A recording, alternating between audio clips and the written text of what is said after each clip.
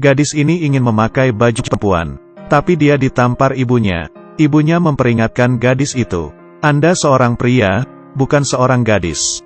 Dia meminta gadis itu untuk menghapus dandannya. Gadis itu telah menangis. Namanya Yu Zhen. Di era kekuasaan kerajaan ini, untuk bertahan hidup, maka terpaksa harus berpakaian seperti seorang pria, karena keluarga yang miskin. Ayahnya adalah penjudi. Dia baru berusia 16 tahun hari itu. Tiba-tiba diculik dari beberapa perampok, dipaksa dan dijual ke istana untuk menjadi kasim. Pada saat ini pangeran di istana sedang mengasah pisau. Yu Zhen yang panik bertanya padanya, "Tempat apa ini?" Pangeran itu berbalik badan dan berkata, "Tempat sunat. Ini adalah tempat untuk mengubah seorang pria menjadi kasim." Kemudian dia bergegas dengan pisau babi. Yu Zhen ingin melarikan diri, tapi jalan untuk melarikan diri, dia diikat di atas kursi. Tapi orang ini adalah seorang pecandu alkohol. Dia tidak bisa hidup tanpa anggur. Yu Zhen mulai menarik perhatiannya. "Kudengar kamu adalah pendekar yang tak terkalahkan.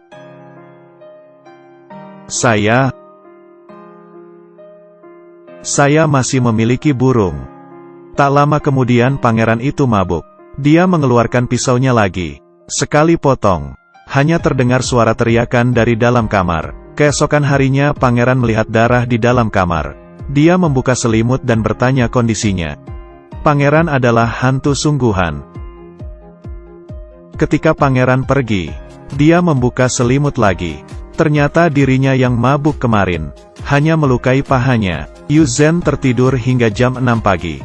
Dia tiba-tiba teringat. Pangeran memberitahunya akan ada pemeriksaan pemotongan di malam hari.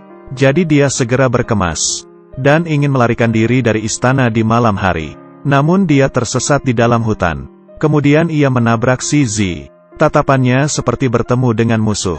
Ternyata dia mengalami kecelakaan kemarin. Dia menjebak Si Zi ke dalam sebuah perangkap. Yu Zhen ingin melarikan diri, tapi dia menghentikannya. Kemudian dibawa kembali ke istana. Di kamar pembersih, menghadapi tes seluruh tubuh berikutnya, Yu Zhen benar-benar panik. Ini adalah tes seluruh tubuh bagi kasim. Ada seorang wanita yang berpura-pura sebagai pria. Karena terburu-buru, dia menabrak pria di belakangnya. "Apakah kamu tidak ingin diperiksa? Jangan-jangan ada apa denganku? Apakah kau membenci pemotongan?" Pria gemuk tertawa dengan kuat. Dua pria ini sangat keji. Sudah pasti bukan orang baik. Akhirnya giliran Yu Zhen. Dokter Kasim memanggilnya. Tapi Yu Zhen tidak bergerak sama sekali. Jika menolak, maka akan dipenggal kepala. Saat itu juga, permaisuri tiba-tiba pingsan. Dokter sangat cemas. Segel di tangan jatuh pada daftar periksaan Yu Zhen. Dengan begitu dia berhasil lewat. Pada malam hari Yu Zhen masih ingin melarikan diri. Tap dirinya yang baru memasuki istana langsung tersesat. Dia datang ke sebuah ruangan yang telah lama kosong. Ruangan ini katanya berhantu. Detik berikutnya, tiba-tiba keluar dari udara seorang tamu. Yu Zhen ketakutan dan pingsan. Kebetulan Si Zi bertemu dengan tamu ini, tapi baru setengah minum anggur. Dia menemukan Yu Zhen duduk di sampingnya. Dia bertanya Si Zi, siapa dirinya? Mengapa bisa melihatnya dimanapun? Tapi saat dia berpikir dirinya akan segera pergi, dia meraih gelas anggur Si Zi. Minum segelas demi segelas. Kemudian dia menggigit jarinya. Sang putri menyadari, kertas pemeriksaan Yu Zhen saat memasuk istana. Ada sentimen. Sama seperti orang yang dia cintai. Dia menemukan surat cinta sebelumnya. Dia menemukan bahwa tulisan tangan di atasnya sama persis. Segera dia mengirim orang untuk menangkap Yu Zhen. Sang putri dengan emosi memarahinya. Katanya akan memotong tubuhnya. Dia akhirnya tahu. Ternyata surat cinta yang ditulis pria itu adalah untuk sang putri. Sang putri mengeluarkan pedang yang tajam dan bersiap membunuhnya. Saat itu, Si Zi datang. Si Zi memerintah agar penjaga membawanya ke tempat perlindungan paling ketat. Jika pergi ke tempat sana pasti akan mati. Orang gemuk pasti akan dipukuli. Dan pertukaran surat cintanya dengan pria di luar istana akan diketahui oleh orang lain. Terpikir itu, sang putri terpaksa membiarkannya pergi. Yu Zhen ditugaskan ke kediaman resmi tempat putri tinggal. Meskipun sang putri lemah dan sakit, tapi orang yang masuk akal. Setelah kematian ibu Si Zi, Dialah yang selalu menjaga Shizi.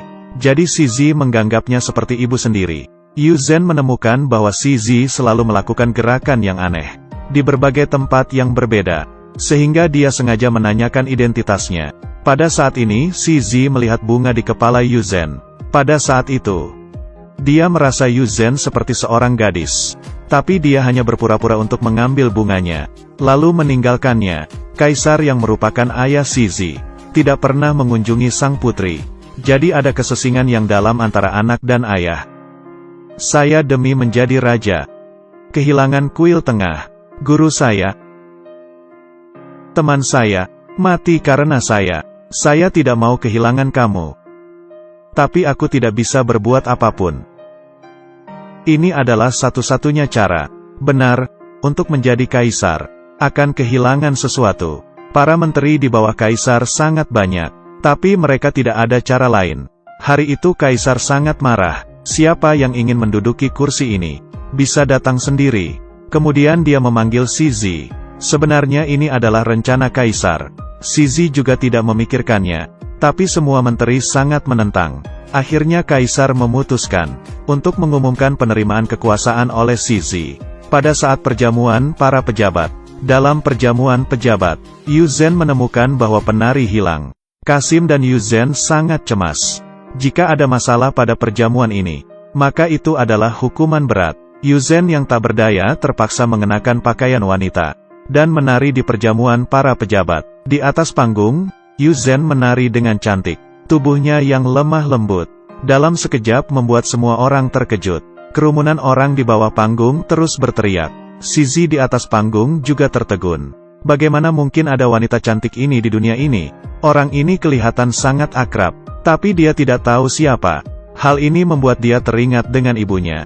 Pada saat Yu Zhen kembali mengenakan pakaian pria, dia dipanggil ke ruang dalam oleh pejabat.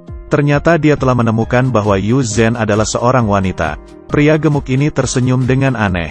Dia menemukan bahwa pelayan di depannya adalah seorang wanita. Yu Zhen ingin menolak, tapi ditampar oleh pria gemuk itu. Dia adalah utusan dari dinasti Qing. Yu Zhen yang ketakutan mendorongnya hingga terjatuh. Pejabat yang marah bersiap untuk memukulnya lagi. Saat itu, pintu di belakang terbuka. Itu adalah Shizi. Pria itu menendangnya hingga terbang. Kemudian mengeluarkan pedangnya. Meskipun dia adalah pejabat, pedang Shizi membuat pejabat itu ketakutan. Kemudian dia menarik Yu Zhen dan pergi. Dia memarahi Yu Zhen. Tahukah kamu itu berbahaya? Siapa suruh kamu ke sana?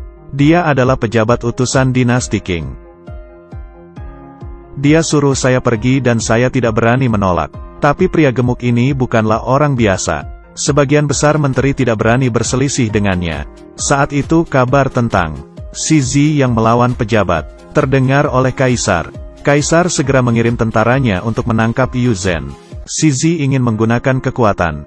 Tapi tentara berkata, jika demikian, maka kamu hanya akan melihat mayatnya. Shizi yang tak berdaya mulai memohon. Dia berlutut di istana kekaisaran. Saat itu juga, Yu Zhen dimasukkan ke dalam penjara. Shizi dikunci dalam ruang perpustakaan. Tengah malam, Shizi memutuskan untuk kabur dari jendela. Dia sendirian pergi ke sel Yu Zhen. Kemudian masuk ke dalamnya. Lalu membuka pintu sel. Dan duduk di samping Yu Zhen. Lalu membuang kuncinya. Dia memutuskan untuk menerima hukuman bersamanya. Di sisi lain pejabat gemuk itu berkata, setelah diskusi dengan pezina, memutuskan untuk membawa Yu Zhen ke tempat pembersihan. Pagi hari, di bawah paksaan pejabat gemuk, mereka mengikat Yu Zhen dan ingin membawanya pergi. Tiba-tiba sebuah panah mengarah ke arah mereka. Kali ini, dia di depan semua orang, mengeluarkan pedangnya. Pada saat itu semua menteri berjalan keluar. Shizi tidak bisa lagi menekan kemarahan dalam hatinya. Dia meminta pejabat gemuk segera melepaskan orang. Ini adalah pertengkaran antara kedua pejabat. Jika melakukan kesalahan, mungkin akan terjadi bencana di tempat pembersihan. Di bawah permintaan semua orang, Shizi hanya bisa berdiri dan melihat Yu Zhen dibawa pergi.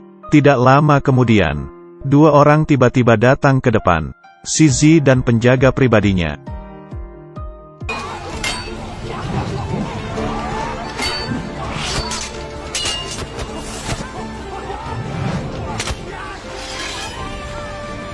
pejabat keluar dari kerajaan. Dia juga membawa belerang yang diselundupkan. Dan si Zi juga membawa seseorang. Dia adalah inspeksi sejarah dinasti Qing. Pejabat gemuk yang tadinya bersikap sombong. Dan menunggunya adalah hukuman mati. Setelah menyelamatkan Yu Zhen, si Zi sengaja mengatakan hidangan yang dimasak oleh koki kerajaan tidak enak. Ingin memberikan semuanya padanya. Melihat cara dia makan. Pada saat itu dia benci karena dia bukan seorang wanita. Tapi saat Yu Zhen makan, membuat si Zi terkejut. Tak disangka kamu kuat makan. Hari itu, si Zi yang tidak bisa menahan perasaannya, menulis sebuah surat cinta, dan ingin dikirimkan ke Yu Zhen. Saat itu dia masih tidak tahu Yu Zhen adalah wanita. Dia bola-balik di depan kamar tidur Yu Zhen, saat dia bersiap untuk pergi, dan mengubur suara hati ini di dalam hatinya. Tiba-tiba, dia menemukan Yu Zhen adalah seorang wanita.